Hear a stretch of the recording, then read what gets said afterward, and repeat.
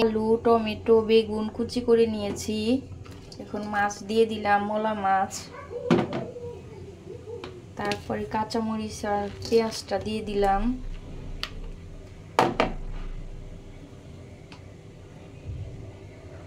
এখন আমি একটু আদা বাটা একটু রসুন বাটা দিয়ে দিলাম। আদা বাটা একটু বেশি দিব। জিরা বাটা দিয়ে দিলাম, লবণ দিয়ে দিলাম,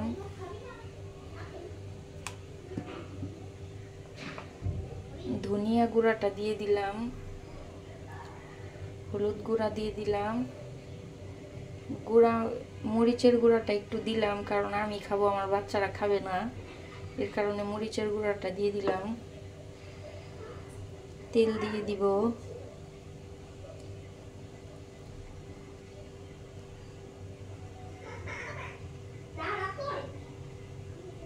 এই ছোট মাছের তরকারিটা আমার খুবই ভালো লাগে। শীতের মধ্যে খেতে আমি খুব পছন্দ করি। এখন আমি হাত দিয়ে ভালো করে কচলে কচলে মেখে নিব।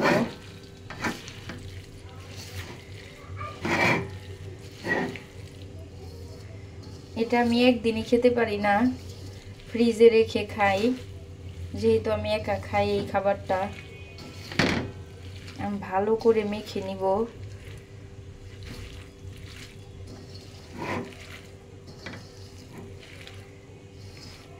ভালো করে মেখে সামান্য একটু পানি দিয়ে দিব এখানে। এখন আমার মাখা হয়ে গিয়েছে।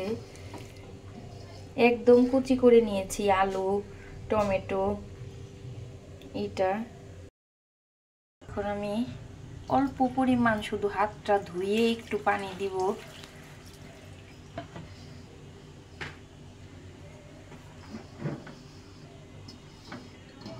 চারদিক থেকে একটু কেচে দিব। হয়ে গিয়েছে। এখন আমি চুলাটা জ্বালিয়ে দিব। বিসমিল্লাহ।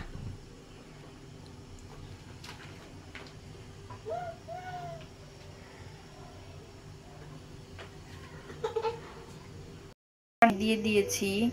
এখন আমি ঢেকে দিব। এটা একটু রান্না হলে তারপর নাড়াচাড়া করব।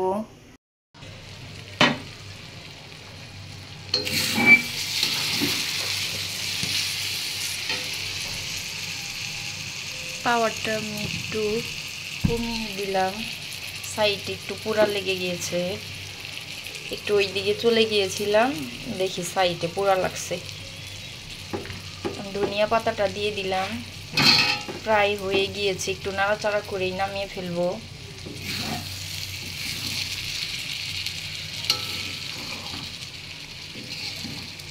এটা বেশি নাড়াচাড়া করার প্রয়োজন নাই, ছোট মাছ।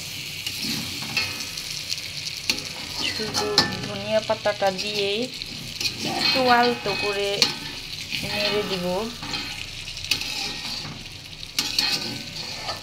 সামান্য আর একটু আমি ঢাকা দিয়েই নামিয়ে ফেলবো।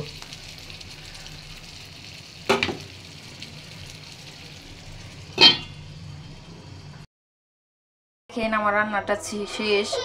আজান দিয়ে দিল। আজানের আগে আমি রান্নাটা শেষ করতে পারলাম না, একটু বাকি আছে রান্না। আমার রান্নাটা কিন্তু শেষ হয়ে গিয়েছে। আরেকটা তরকারি আছে, ওটা রান্না করলে আমার রান্নাটা শেষ হয়ে যাবে। আপনারা ভালো থাকবেন।